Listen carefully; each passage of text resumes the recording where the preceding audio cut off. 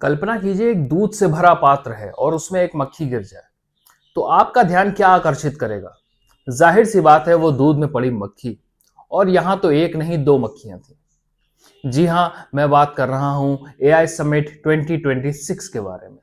नमस्कार, जय हिंद, welcome to we the people of India.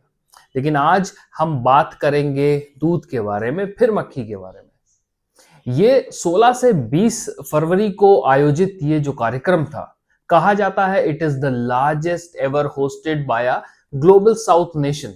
100 से ज्यादा कंट्रीज ने इसमें पार्ट लिया है। बड़े बड़े टेक जाइंट्स यहाँ पे उपस्थित थे।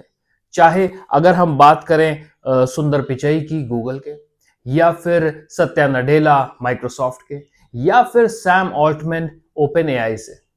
और भी बहुत सारी चीजें थी, जैसे एक न्यू दिल्ली डिक्लेरेशन था जिसे 88 से ज्यादा कंट्रीज के लीडर्स और डेलीगेट्स ने साइन किया, जिसका उद्देश्य था सर्वजन हिताय सर्वजन सुखाय।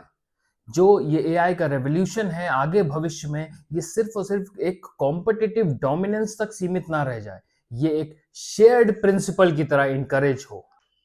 इसके अलावा जो मेजर अट्रैक्शन था वो था भारत की होम ग्रोन एआई टेक्नोलॉजीज, जिसमें बहुत सारी ऐसी टेक्नोलॉजीज थी। मेनली अगर बात की जाए तो सरवन एआई, भारत जेन परम 2, जो कि 22 भारतीय भाषाओं में एक्सेसिबल है।